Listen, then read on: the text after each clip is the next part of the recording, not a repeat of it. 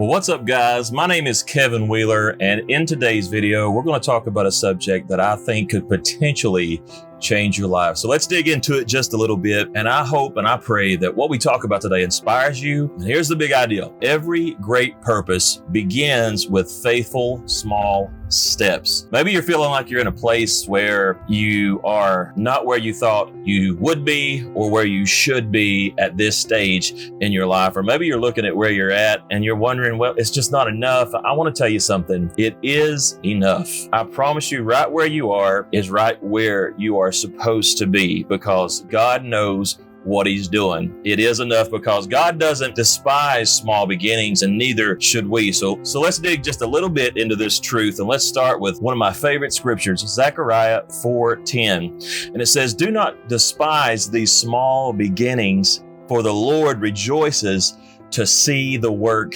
begin." Come on, that is so good. Don't despise starting small, because God rejoices when you simply start. Take the first step. That verse reminds us of this truth that God loves to see it simply start. He loves to see the work begin. He rejoices. He gets happy in the small things because he sees the potential even when we can't see it.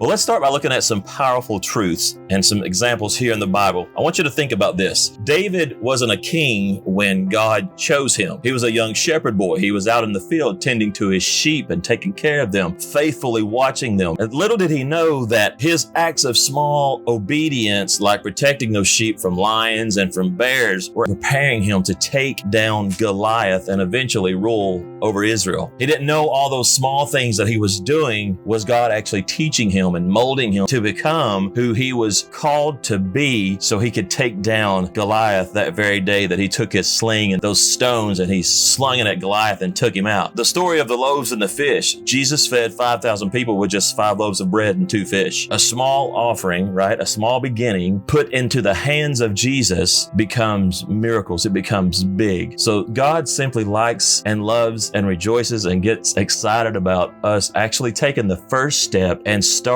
on the journey towards what he has already destined us to go towards. God loves to work through small beginnings. He absolutely loves to work through small beginnings because they allow him to show his power. So if you're in a place where things feel small, where things look like, well, this just isn't big enough, don't despise it. God could be preparing you, and most likely is preparing you for something greater and bigger than you could ever imagine.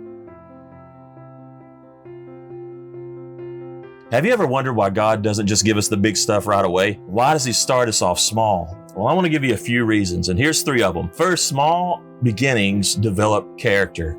Luke 16:10 says, "Whoever can be trusted with very little can also be trusted with much." You see, God uses small tasks to build qualities like humility, like patience and faithfulness in us. Before Joseph became second in command in Egypt, remember, he spent years in slavery and prison learning to trust God through every single thing. All the hardships that Joseph had to go through to get to be second in command was on purpose, and it helped him fulfill his destiny. Those small things that he went through were important. Second, small beginnings helps us trust God more. When you don't see immediate results, you're forced to lean on him. Like, you don't see what's happening, it doesn't make sense, but you trust God. Nothing's working out, but you trust God. And we don't lean onto our own understanding, but we trust God. These small steps that we're taking don't seem to be taking us closer to the destiny, but we trust God and know that he knows exactly what he's doing. Isaiah 60:22 says, "When the time is right, I, the Lord,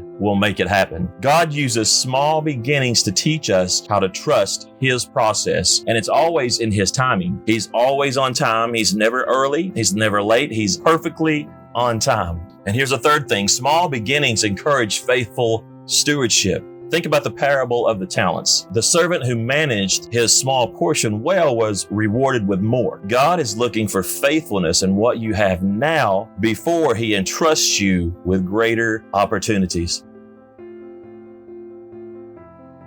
Let's get a little practical. Let's give you some tangible things to work on. If you're feeling stuck or if you're feeling discouraged, here's how you can embrace the season of small beginnings. First thing you can do is shift your perspective. Stop seeing small as insignificant, because it is not. It is important. Every brick matters when you're building a house. Celebrate the progress you're making every single day, even if it's just one small step at a time. Set faithful habits. That's the second thing. Big accomplishments are built on small, consistent steps. Maybe you want to grow spiritually. Start by getting up early in the morning. Take 15 minutes to get in your word and pray. Do that daily. Be consistent with it and watch your spiritual life grow, bloom, and watch it blossom. Or if you're working on a project, commit to doing one small task every single day. One small task will end up being a completed big project. Trust God to multiply your efforts. Proverbs 16:3 says, "Commit to the Lord whatever you do, and He will establish your plans." Give it to God. Let Him have it. Let Him lead you. Let Him be in control of the outcome, and let yourself trust in Him and continue to take small steps towards your goals. God will take your little and He will make it much. Seek encouragement. This is important. Surround yourself with people that remind you of the promises of God. Read the Word daily. Meditate on the stories of those small beginnings like David and Gideon or the disciples in the early church. They all started somewhere. They started small and they had to start somewhere.